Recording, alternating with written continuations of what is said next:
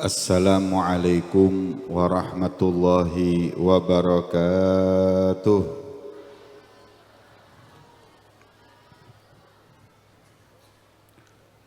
Alhamdulillahi rabbil alamin. Wassalatu wassalamu ala ashrafil anbiya'i wal mursalin. سيدنا وحبيبنا وشفيعنا محمد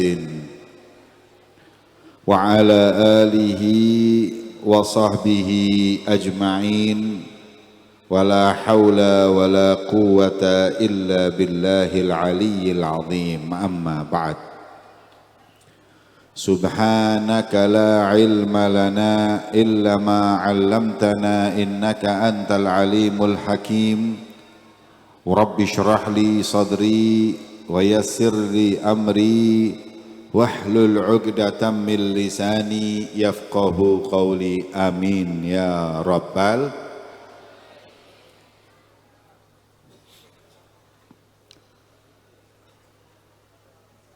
Yang saya muliakan dan saya hormati segenap para alim ulama, para habaib, para kiai, para ustadz, para sepuh, para tokoh masyarakat yang hadir, pejabat pemerintahan yang hadir, sipil, militer maupun Polri, para wali santri dan santri pondok pesantren Nurul Qadim yang dimuliakan oleh Allah Subhanahu wa taala, wa fi muqaddimatihim mudir pondok pesantren Nurul Qadim, beliau Kiai Haji Hasan Fauzi Hashim hafizahullah.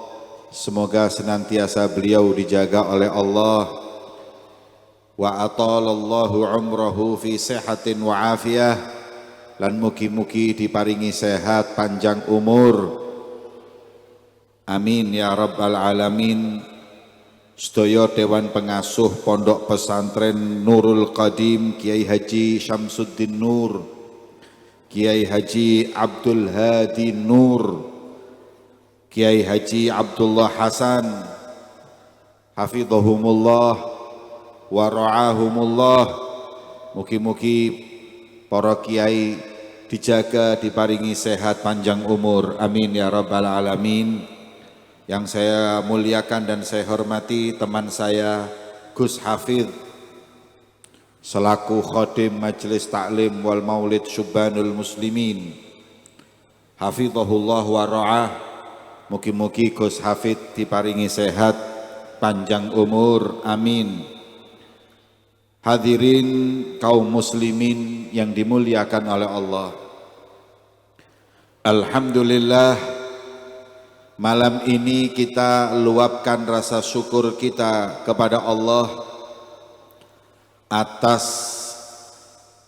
berlalunya hari demi hari untuk para santri dalam menimba ilmu warisan junjungan Nabi besar Muhammad sallallahu alaihi wasallam. Maka saatnya kita bertemu, kita berkumpul untuk tasyakur haflah al-ikhtibar wal imtihan, peringatan atau peluapan rasa kebahagiaan atas ilmu yang sudah didapat selama tahun ini. Semoga insya Allah para santri pondok pesantren Nurul Qadim mendapatkan ilmu yang manfaat, kelak menjadi para ulama yang mengamalkan ilmunya, amin Allahumma amin Allahumma amin. Hadirin yang dimuliakan oleh Allah, Allah Subhanahu wa ta'ala di dalam Al-Quran berfirman memuji tentang orang-orang yang memiliki ilmu yang mendalam, ilmu yang kokoh, ilmu yang mengakar.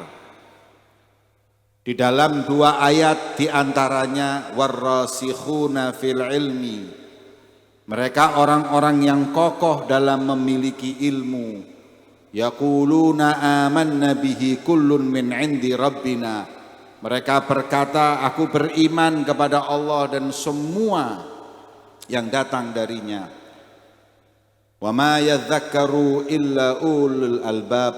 Danlah tidak yang ingat kepada Allah kecuali mereka para ulul albab. Rasikhuna fil ilmi. Pembahasan kita malam ini adalah siapa mereka yang disebut oleh Allah sebagai rasikhuna fil ilmi. Siapa yang punya ilmu yang mantap tersebut, siapa orang yang punya ilmu mendalam tersebut, siapa yang mempunyai ilmu mengakar tersebut yang dipuji oleh Allah dalam Al-Quran. Dalam suatu hadis yang diriwayatkan oleh Sayyidina Anas bin Malik, ketika Nabi SAW ditanya, siapa mereka rasikhina fil ilmi ya Rasulullah? Yang dimaksud Allah dalam ayat rasikhuna fil ilmi itu siapa? Maka Nabi SAW beliau menyebut man barrat yaminuhu wa sadaqa lisanuhu wastaqama qalbuhu wa affa batnuhu wa farjuhu au kama qala sallallahu alaihi wasallam. Sebagaimana disebut dalam tafsir Ibnu Jarir, yang disebut rasikhuna fil ilmi ini dalam tafsir Ibnu Jarir, Rasulullah menyebutkan orang yang disebut kokoh ilmunya rasikhuna fil ilmi yang pertama, barrat yaminuhu, kalau sumpah nggak pernah bohong. Kalau sumpah nggak pernah bohong. Nggak ngumbar sumpah, kalau ngomong dipercaya. Persis dengan selanjutnya wasadaqa lisanuhu, kalau ngomong nggak pernah bohong, kalau sumpah nggak pernah bohong. Anti kebohongan itu ada pada para ulama. Kebohongan itu dosa. Kata Imam Ghazali, lebih-lebih kebohongan yang mengatasnamakan Allah dan Rasulnya. Ini dosanya double hadirin. Orang awam bohong itu nggak baik, ulama bohong lebih parah. Makanya hati-hati, jangan berbohong, khususnya para santri. Santri, ojo goroh. Napa meneh kiai ini mbok goroi, ilmune mboten manfaat. Sampean goro mbek wong edan niku lho gak oleh. Bohong dengan binatang aja nggak boleh. Apalagi bohong dengan orang, apalagi bohong dengan gurumu. Rasikhuna fil ilmi dua, barrat yaminuh wa sadaqa lisanuh. Orang yang nggak pernah sumpah palsu dan kalau bicara benar. Ini rasikhuna fil ilmi. Santri kalau dari awal mondok suka bohong, Masya Allah, tambah alim bohongnya. Santri jual beli di pasar, mau bohong takut dosa, tapi akhirnya karena belajar hilah di fikih diamalkan. Bawa sarung dari rumah, mau jual ke pasar, istrinya suruh ngenyang. Nduk, tolong nyangen sih 1.000. Terus wis nyangen tok, nggak saya kasihkan, ditawar aja. Yang penting ada modal untuk jual di pasar. Begitu sampai pasar dijual 120.000, ditawar 100.000, dibilang demi Allah pagi ini ditawar 100.000 nggak saya kasih. Masya Allah, dibilang bohong enggak, dibilang jujur juga enggak hadirin. Ini namanya hilah. Makanya orang berilmu tidak boleh berbohong. Shadaqa lisanuhu wastaqama qalbuhu. Ulama menyebut istaqama qalbuhu ay safa qalbuhu, bersih hatinya. Rasikhuna fil ilmi, ulama yang benar-benar mantap dalam ilmunya adalah ulama yang hatinya bersih. Hatinya bersih dari iri dan dengki. Hatinya bersih daripada sombong. Hatinya bersih daripada riya. Ini rasikhuna fil ilmi. Orang yang dalam ilmunya itu hadirin, bukan yang apal alfiyah. Bukan cuman alfiyah Ibnu Mu'ti, bukan cuman Ibnu Malik, bukan alfiyahnya Ibnu Suyuti. Semua alfiyah diapalkan. Bukan yang apal Zubat, yang bahkan ngapal Bahjah 5.000 bait. Apakah itu alim? Enggak. Itu enggak syarat pertama. Yang penting orang berilmu memiliki hati yang bersih. Ilmunya tambah mendalam, hatinya kotor. Agama buat mainan hadirin. Agama buat mainan. Ngapal Quran, pinter dalil. Masya Allah. Mana yang manfaat halal, yang enggak manfaat haram. Bukan mana yang halal halal, haram haram, manfaat mana. Apalagi kalau sudah jadi jurkam. Masya Allah hadirin. Saya masih ingat zaman partai masih 3 dulu. Yang nyoblos Ka'bah dalilnya kiblatnya umat Islam. Yang enggak nyoblos berarti kiblatnya enggak di Ka'bah. Bingung, waduh iki ya apa? Mosok nyoblos beringin, napa meneh banteng? Bingung. Dan ini adalah awal rumah yang diletakkan oleh Allah. Kiblatnya kaum muslimin. Ya sudah, dalilnya Al-Qur'an. Yang kedua bingung. Ya apa dalilnya ini buat umat Islam? Kata ulama, saya carikan dalil. Apa? Walladzina yubayyi'unaka tahta syajarah. Orang-orang yang membaiatmu wahai Nabi Muhammad di bawah pohon, yaitu pohon beringin. Wis nyobloso, dalile ada di Quran. Yang nomor 3 bingung hadirin. Waduh, iki banteng, endi ayate banteng ini? Kemudian kata ulama, oh jangan khawatir, banteng ayatnya adalah semua Quran. Di Al-Quran ayat-ayat atau surat-surat itu pendek-pendek. Yang paling panjang adalah Al-Baqarah. Al-Baqarah niku sapi wedok, banteng wedok, pas wis. Akhirnya ilmu dibuat mainan, agama dibuat mainan. Karena tidak memiliki hati yang bersih. Na'udzubillah min dzalik. Maka itu istaqama qalbuhu ay safa batinuhu, harus bersih hati. Santri, diajari kau di pondok pesantren Nurul Qadim yang namanya thariqah. Baca wirid, bangun malam, ini tazkiyatun nufus, agar ilmu yang kau dapatkan dijaga dengan hati yang bersih dan niat yang solehah. Kalau cuma nuntut ilmu, Masya Allah hadirin, untuk kepentingan duniawi, bukan untuk kepentingan ukhrawi. Makanya santri hati harus bersih. Ulama ar-rasikhuna fil ilmi, syaratnya istaqama qalbuhu ay safa qalbuhu, bersih hatinya. Semoga insya Allah kita semuanya dibersihkan hati kita oleh Allah. Amin Allahumma.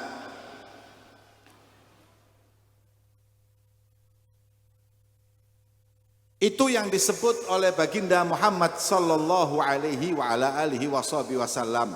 Wa affa, dan bisa menjaga batnuhu wa farjuhu. Ar-rasikhuna, enggak sembarangan makan, yang haram ditinggal. Enggak sembarangan melakukan hubungan, meninggalkan perzinaan atau yang syubhat. Niku jenenge rasikhuna fil ilm. Pertama, makan nggak sembarangan. Bantuan pun nggak semuanya masuk. Karena yang namanya rasikhuna fil ilmi menjaga mulutnya, perutnya dari yang haram. Yang kedua, ini yang penting, wa'affa farjahu, dan bisa menjaga kehormatan kemaluannya, nggak berzina.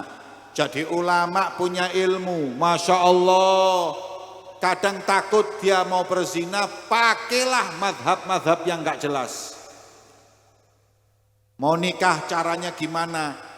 Ya sudah, nggak usah pakai wali, saksi Abu Hanifah.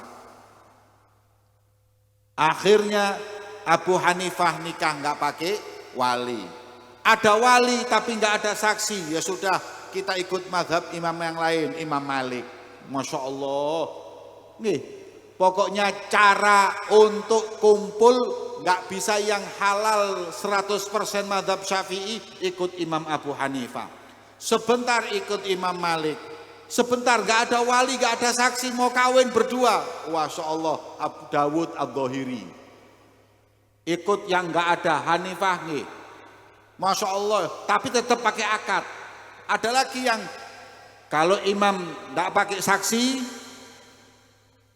Imam Malik. Pakai saksi nggak pakai wali, Imam Abu Hanifah. Nggak pakai saksi, nggak pakai wali, Dawud Ad-Dhahiri. Nggak pakai akad sekalian, Abu Jahal. Wes nemisan. Dibuat mainan yang untuk kepentingan hawa nafsunya, kepentingan perutnya, semuanya. Masya Allah. Habib, hukumnya bunga bank itu apa? Riba.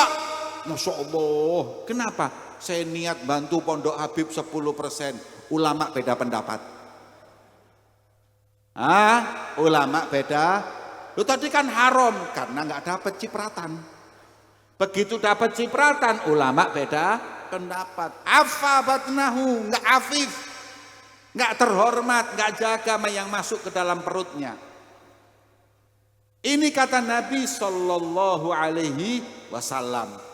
Kemudian diteruskan oleh ulama, wa qala ba'dhuhum man rasikhuna fil ilmi, dan sebagian ulama mengatakan, siapa sih orang rasikhuna fil ilmi? Dalam tafsir Al-Baghawi disebutkan, mereka adalah at-taqwa bainahu wa bainallah, antara dia dengan Allah bertakwa.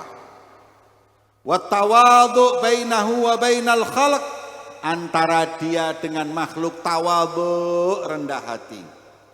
Wa zuhdu bainahu wa bainad dunya, antara dia dengan dunia zuhud.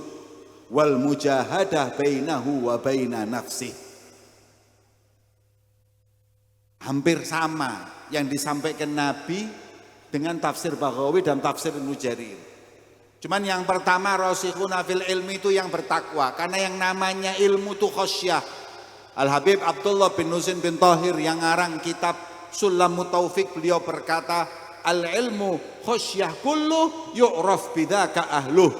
Al-ilmu bil ahwali yazku wa bil a'mali wa laisa bil aqwali wa kathratil jidali. Ilmu itu takut sama Allah. Kalau mau tahu orang alim, yang takut kepada Allah Subhanahu wa ta'ala. Ini pertama, takwa antara dia dengan Allah, itu rasikhuna fil ilm. Maknanya orang mau hafal Quran, gak nanggung-nanggung, bukan Quran, sa Injil, Zabur, Taurat dihafalno. Tapi kalau gak bertakwa kepada Allah, suratul ilmi, dia cuman gambaran, tapi bukan rasikhuna fil ilmi yang disabdakan oleh Allah Subhanahu, yang difirmankan oleh Allah Subhanahu wa ta'ala. Hadirin, pertama tadi apa? Takwa. Yang sama dia sama Allah bertakwa. Dia dengan makhluk tawadhu. Orang alim itu tawadhu. Kalau ada orang alim sombong, berarti dia nggak ngerti ilmu. Kata Habib Abdullah bin Muhsin al-Attas, kullama izdada ilmuhu izdada ma'rifatuhu li nafsih. Wong alim niku tambah ngalim, tambah kenal rendah dirinya, hinanya dirinya, dan besarnya Tuhannya. Orang alim itu tambah alim, tambah tawadhu. Makanya Al-Imam Syafi'i radhiyallahu taala anhu, al-ilmu thalathatu asbar. Beliau berkata ilmu itu 3 tengkil, 3 jengkal. Man dakhala fi syibril awal, barang siapa yang masih nuntut ilmu 1 jengkal, takabbaro, sombong. Santri apal alfiyah, apal zubat, sombong-sombongnya. Setelah belajar, bukan cuma Minhajut Thalibin, Majmu' Imam Nawawi, Masya Allah, wa man dakhala fi syibri thani tawadhu'a. 10 tahun, 15 tahun nuntut ilmu, tambah alim, tambah tawadhu. Wa man dakhala fi syibri thalith, barang siapa kalau sampai yang ketiga, alima annahu la ya'lam, di atasnya tawadhu sudah. Ini ilmu itu semakin digali semakin membuahkan tawadhu. Makanya orang-orang yang sombong nantang sana sini itu karena ilmunya masih fi syibril awal. Kalau orang punya ilmu dan tinggi ilmunya, semakin merasa dirinya rendah, semakin merasa nggak alim, nggak punya apa-apa. Padahal Masya Allah alimnya. Kenapa? Karena ilmu rasikhin tersebut adalah tawadhu antara dia dengan makhluk. Yang ketiga, wazuhdu bainahu wa bainad dunya. Pak, orang alim itu tambah alim, tambah nggak dipermainkan oleh dunia. Dia yang mempermainkan dunia. Dunia datang sendiri, nggak pernah cari dunia. Wah, ini masalah utama ini. Dunia ini masalah utama, hadirin. Makna dunia itu ambisi dengan dunia. Semua apa yang kalian lihat dari permasalahan yang ada, semua karena rebutan dunia. Pejabatnya ruwet rebutan dunia, ulamanya ruwet rebutan dunia, rakyatnya ruwet rebutan dunia. Makanya ulama bagaimana mengajarkan orang untuk tidak terlalu ambisi dengan dunia, agar insya Allah orang akan hidup dengan aman dan selamat. Ini ulama hadirin, antara dia dengan dunia, kata ulama tersebut, rasikhuna fil ilmi, adalah orang yang zuhud. Terakhir, antara dia dengan hawa nafsunya, orang yang gak ego, bisa menginjak hawa nafsu, sebagaimana disebutkan di dalam hadis Nabi di atas, dalam tafsir Ibnu Jarir. Hadirin yang dimuliakan oleh Allah, setelah hal 2 ini, ar-rasikhuna fil ilmi, maka dalam tafsir itu disebutkan wahukiya an ulama'i Bani Israel, kemudian diceritakan di ulama Bani Israel, anna fihim man hafidha sab'ina sunduqan minal ilmi, apal 70 lemari kitab. Pak, 70 lemari, bukan 70 kitab. Ini kurang alim apa ini hadirin? Kita apal 7 kitab aja sudah mentantang-mententeng. Ini 70 kitab, 70 lemari kitab hafal. Kemudian Allah mewahyukan kepada Nabi di zaman tersebut, an kullil alim, wahai Nabi, sampaikan ke orang alim tersebut, lau jama'ta, kalau kau kumpulkan bukan cuma 70, lebih dari 70, 700 lemari pun, la tanfa'uka idza kunta aw ma dumta muttasifan bi thalathi awsaf, kau enggak akan manfaat ilmumu selama kau memiliki 3 sifat. Apa 3 sifat tersebut? Yang pertama, hubbud dunia. Mau ilmu alimmu seperti apa? Kalau kau orang yang ambisi dengan dunia, cinta dunia, niscaya engkau tidak akan manfaat ilmumu. Ini kising pertama. Yang kedua, mujahadat au musa'adatun nafsi wal syaitan. Kau sealim apapun, tapi kalau kalah dengan godaan setan, kalah dengan hawa nafsumu, maka ilmumu tidak akan manfaat. Nggak manfaat. Seluas apapun ilmu kita, kalau nggak bisa merendahkan hawa nafsu, Yang terakhir, wa idayatu muslimin hadirin. Ini paling penting. Mas, kamu alim tapi nggak bisa menjaga lisan, nyakiti orang, percuma ilmumu. Ada orang Masya Allah ngeluarkan hadis fasih, ayat Quran fasih, misuwi wong yo fasih. Caci maki orang juga fasih. Na'udzubillah min. Santri, saya kasih tahu, orang caci maki orang itu hukumnya haram. Seburuk-buruk orang yang dicaci maki tetap haram. Kadang-kadang kita disuguhi maaf-maaf ceramah ulama, perkataan ulama yang isinya mencaci orang. Naudzubillah, sibabul mu'min fusukun. Mencaci orang mukmin itu fasik, wa qitaluhu kufrun, dan membunuhnya kafir. Ini sekarang Masya Allah seakan-akan caci maki bagian dari perjuangan. Nyaci sana, nyaci sini, hina sana, hina sini. Kayak seakan-akan itu bagian dari ilmu. Hadirin, Nabi mengharamkan caci maki kepada siapapun. Pertama, dalam Al-Quran Allah berfirman, wala tasubbul ladzina yad'una min dunillah. Orang kafir jangan dicaci. Hei, kalau medsosan itu hadirin tolong yang bijak. Ada video isinya orang nyembah sapi. Komen di bawahnya, alhamdulillah atas nikmat Islam. Siapa yang tanya? Anda provokasi orang untuk mencaci Islam. Lakum dinukum waliyadin. Apapun keyakinannya, mau diluruskan, luruskan.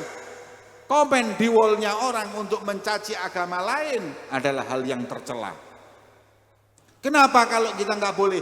Ya nanti Tuhanmu dicaci maki gara-gara kau mencaci maki Tuhan orang. Berarti orang kafir jangan dicaci maki. Ini orang kafir.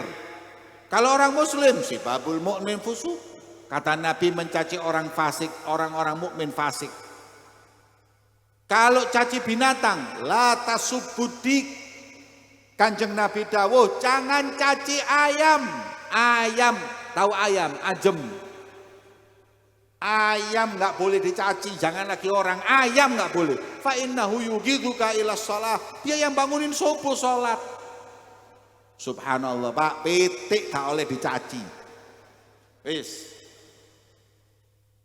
Kafir nggak boleh, muslim apalagi, binatang nggak boleh. Benda mati, la tasuburih. Nabi SAW mengatakan angin pun jangan dicaci. Angin, hadirin, angin. Ini berapa hari ini Masya Allah. Nih, anginnya keras. Meme kelambi, jemur baju, bajunya terbang, ngamuk. Angin dobol ini. Enggak boleh. Angin kurang ajar, enggak ada yang angin kurang ajar. Jangan kau caci doa sama Allah, caci angin enggak boleh. Angin benda mati enggak boleh. Sudah, cukup, enggak cukup. Benda mati enggak boleh. Kafir enggak boleh. Apa mana? Muslim enggak boleh. Binatang enggak boleh. Terakhir, wala tasubbu syaiton. Hadis Nabi berkata jangan caci setan. Loh setan loh jadi dicaci. Saya jadi bingung. Mencaci setan itu carane ya apa? Ono setan, oh setan. Jadi setane iya. Kok ngaku setan? Iblis iki. Lho memang iblis. Kayak sampai nyasi maki anjing, asu podo memang ngaku asu. Lah ini nyaci setan. Katanya Rasulullah, la tasubbu syaitan, jangan kau caci setan. Kenapa? Kata Rasulullah, bal ta'awwadzu billah minhu, mintalah perlindungan Allah dari godaannya. Jangan kau caci maki. Setan mbok caci maki terus belayu. Enggak. Minta perlindungan Allah, ngaji, lari. bukan dicaci maki. Kalau kita nyaci maki setan, tambah seneng setannya. Ini yang saya mau. Makanya hadirin, hati-hati. Orang berilmu itu bisa menjaga lisan, nggak pernah nyakiti orang. Ini beberapa saat ini bahkan lagi bukan cuman orang biasa, para aulia disakiti oleh orang-orang yang mengaku dirinya ulama. Ya apa hadirin, saya bingung. Kalau yang nyaci wali itu orang-orang yang PJMM, tahu PJMM? Persatuan Jenggot Morat Marit. Kalau golongan itu yang mencaci para wali, sudah lumrah, sudah biasa. Tapi kalau yang nyaci orang-orang kita nabiyin ini luar biasa, nggak masuk akal. Kemana akhlak ahlus sunnah wal jamaah yang cinta aulia wa sholihin, tabarruk dengan aulia wa sholihin? Masya Allah, jadi lisannya enteng mencaci para aulia Allah. Menyebar video, ada orang mimpi berjumpa Rasulullah, mau hadir majelisnya seorang ulama, langsung ditakwilkan. Wah, masa Rasulullah mau taklim seorang ulama, ini hulu. Kalau yang ngomong gini PJMM nggak apa-apa, tapi kalau orang kita bisa protes dengan cerita ini tidak masuk akal. Kenapa? Orang mimpi kok diprotes itu gimana hadirin? Satu. Kedua, mimpi Nabi datang ke majelis, datang ke pondok, di mana-mana dari dulu. Dalalah ala ridhohu. Bukti ridhonya Nabi kepada majelis tersebut, kepada pondok tersebut. Nggak sedikit pondoknya para kiai didatengin Rasulullah, mau ditakwil kenapa? Haram, kenapa? Mosok Rasulullah mau mondok? Ini gimana hadirin? Rasulullah hadir majelis, tak boleh. Rasulullah mosok jadi anggotanya majelis taklim. Lah kalau takwilnya kayak gitu, ini kan takwil nggak bener. Di mana-mana Nabi kalau hadir di majelis, di rumah seseorang, bukti ridhonya Nabi kepada orang rumah tersebut, pondok tersebut. Kiai-kiai itu banyak hadirin. Yang mimpi Rasulullah jalan di masjid, di pondoknya. Terus mau apa? Mau daftar. Pakai ini. Kalau yang ngomong mereka saya nggak apa. Tapi kalau orang kita bisa sampai mentakwilkan Rasulullah mau taklim, ini saya nggak masuk di pikiran saya.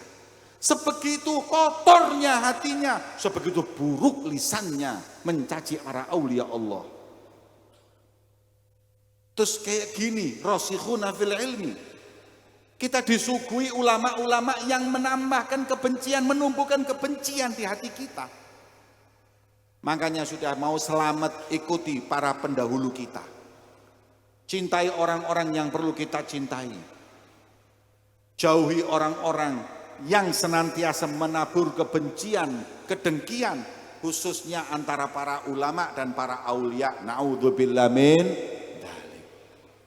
Ya Allah. Makanya alhamdulillah pondok pesantren ini oleh Allah masih dijaga. Ini menunjukkan keikhlasan, kesungguh-sungguhan muassis dalam mentaksis pondok pesantren ini. Semoga Nurul Qadim senantiasa dijaga oleh Allah Subhanahu wa taala ila yaumil qiyamah. Amin Allahumma. Khususnya para santri-santriwati, keluar dari pondok jadi rasikhuna fil ilmi. Jadi kalau rasikhuna fil ilm tadi apa? 3 tadi itu. Yang paling penting. Yang pertama, hati itu bersih. Sampean ngaji kalau nggak tawaduk sama Allah percuma, tawaduk sama makhluk percuma. Kalau sudah sombong hati nggak manfaat. Mas, iblis, tahu iblis? Kenalan di mana sampean? Iblis itu tempatnya di surga. Gara-gara sombong sama Nabi Adam, diusir dari surga. Diusir gara-gara sombong. Jadi sudah di surga, gara-gara sombong diusir iblis. Lah sampean dikeraksan sombong. Mau masuk surga gang berapa sampean? Sing tawadhu, rendah hati, bersihkan hati. Ini yang pertama, tanamkan. Yang kedua, akhlak karimah, jaga lisan, kata-kata, jangan caci maki siapapun. Habib, kalau yang caci maki habaib salah. Mau habib, mau kiai, mau ustadz ngelanggar Nabi Muhammad salah. Karena Nabi nggak pernah ngajarin kita caci maki siapapun. Yang akhlakul karimah. Kemudian hati-hati, jangan ambisi dunia. Remek. Ini sumber utama yang terakhir ini. Kalau apabila jadi orang alim, jadi ustadz, seneng ini. Tahu apa ini? Jari-jari. Moto duiten sampean memang. Kalau sudah ulama senengnya uang dan jabatan, na'udzubillah, hancur ini ummah. Rusaknya tatanan ini kalau pemimpin rusak, pejabat rusak kalau ulamanya rusak, ulama rusak karena kedanan duit, kedanan kedudukan. Ini kata Imam Ghazali, bukan saya. Fasadul ummah bi fasadul hukam, fasadul hukam bi fasadul ulama, fasadul ulama bi hubbil jahi wal mal. Ulama iso disogok, ulama bisa dibeli, ulama mengeluarkan fatwa yang membahagiakan para pejabat dan orang-orang kaya. Rusak. Wis naudzubillah, nek wis niatmu toko awal nyantri sudah duniawi, naudzubillah. Hati-hati santri. Kenapa jadi santri? Kenapa kok kepingin jadi ulama? Enak ulama iPhone 17 gara-gara iPhone. Kenapa jadi ulama? Enak ulama montore api-api Alphard. Tahu Alphard? Al-Fatihah. Enak ulama, kenapa? Masya Allah, istrinya 4. Ulama diingini karena duniawi. Loh sekarang makomnya orang alim itu kan tergantung uang, hadirin. Loh makomnya kiai habaib itu tergantung uang sekarang.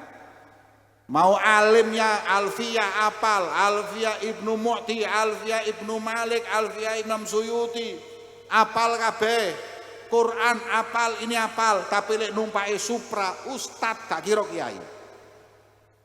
Nggih napa nggih? Enggak mungkin. Walaupun alim tetap ustad. Kalau sudah punya Innova baru kiai. Kalau Alphard waliyun min auliyaillah.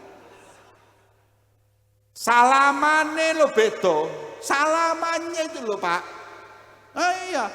Kalau naik Supra, jamaah salamannya itu kalau setelah kajian atau majelis pas pulang, nempelin titik. Tapi kalau sudah Innova mulai Alphard kayak vacuum cleaner. Lah kalau sudah seperti itu hadirin, panjenengan ini nggak cari ilmu, cari madhahir, cari dunia. Padahal Kiai Habib itu yang paling masya Allah itu justru sing tawadhu yang rumahnya kecil. Saya pernah ziarah ke orang wali min auliyaillah, Habib Ali bin Ja'far Al-Idrus. Di mana? Malaysia, dekat Johor. Batu apa gitu namanya? Batu Pahat, saya ingat Batu Pahat. Ini anaknya Habib Ja'far, wali besar di Hadramut. Anaknya tinggal di Malaysia. Semua orang datang. Sayyid Muhammad bin Alwi Al-Maliki itu datang dari Saudi ke Malaysia cuma nemui beliau. Dan saya dengar kalau nemu itu kadang-kadang jubahnya dicopot, imamannya dicopot, tawadhu'an bi Habib Ali bin Ja'far. Suatu saat saya ke sana, ya Allah, rumahnya sederhana. Bajunya sederhana. tawadhu. Tapi orang-orang, Sayyid Muhammad Maliki itu kalau hampir setiap saat telepon minta doa sama beliau, Abuya Sayyid Muhammad bin Alwi al-Maliki. Bahkan saya dengar dari murid beliau, Habib Husin bin Akil, cerita Sayyid Muhammad itu kalau punya HP, nomor itu nggak mau lama, sebulan buang ganti nomor baru. Kalau enggak dihubungi orang terus, minta doa, minta ini macam-macam. Akhirnya sebulan ganti. Akhirnya pernah suatu kali sama santrinya, dia bilang, santri belikan nomor baru, saya mau pakai nomor baru. Begitu nomor baru itu dipasang, tek, muni, kaget Sayyid Muhammad. Hah? Ini kan baru beli nomor baru, kok muni, aneh, istrinya belum tahu, anaknya belum tahu, santrinya belum tahu. Cuman yang tahu cuman beliau sama yang beliin. Diangkat nomornya, subhanallah, Habib Ali bin Ja'far dari Malaysia telepon kepada Sayyid Muhammad. Assalamualaikum ya Sayyid Muhammad, wali min awliyaillah. Nih, tapi lihat hadirin, tawadhu, rendah hati. Sekarang Masya Allah hallnya rame yang datang. Jadi nggak harus, ini sekarang kan harus Habib harus kaya, kiai itu harus kaya supaya dihargai orang. Salah. Yang jelas Kiai Habib harus ngamalin ilmunya, bukan sibuk memperkaya ataupun yang lain. Itu nanti faktor tambahan, ditekan, ini kan rezeki. Nah ini hadirin, ayo santri, jangan kita jadi ulama karena harta dan kekayaannya, salah, tapi karena kedudukannya di sisi Allah Subhanahu wa ta'ala. Mugi-mugi santri Nurul Qadim ilmunya manfaat dunia dan akhirat. Amin Allahumma. Khususnya para kiai, Allah Subhanahu wa ta'ala paringi sehat panjang umur. Dan para wali santri semoga senantiasa diangkat kedudukannya oleh Allah dunia dan akhirat. Amin Allahumma. Mungkin ini dapat saya sampaikan di majelis yang mulia ini. Insya Allah setelah ini masih ada yang akan disampaikan dari PBNU, Kiai Zulfa. Masya Allah datang jauh-jauh dari Jakarta. Kalau saya dekat sini di Batu. Jadi nggak usah panjang-panjang ceramahnya, biar beliau yang memperpanjang. Insya Allah membawa manfaat untuk kita semua di dunia wal akhirah. Allahumma ja'al jam'ana hadha jam'an marhuma wa tafarruqana min ba'dihi tafarruqan ma'suma wa la taj'al fina wa la ma'ana syaqiyan wa la mahruma. Allahumma la tada' fi maqamina hadha dhanban illa ghafarta wa la aiban illa satarta wa la jahilan illa 'allamta wala maridhan illa syafaitah wala lana haja min hawaijid dunya wal akhirah illa wa qadaitaha wa yassartaha ya muyassirul umur yassir umurana. Allahumma aftah lana waftah tullabana futuhal arifin wa faqihna wa iyahum fid din wa 'allimna wa iyahum ta'wil wahdina wa iyahum ila sawa'is sabil. Allahumma ja'alna wa iyahum minal ulama'il 'amilin الراسخين الزاهدين الورعين qurratil ain di sayyidil mursalin. Allahumma ya Allah, mudahkan anak-anak kami menuntut ilmu ya Allah. Berikan ilmu yang manfaat, ilmu yang dibarengkan amal ya Allah. Rabbana atina fid dunya hasanah wa fil akhirati hasanah wa qina adzabannar. Wa sallallahu ala sayyidina Muhammadin wa ala alihi washabihi wasallam walhamdulillahi rabbil alamin.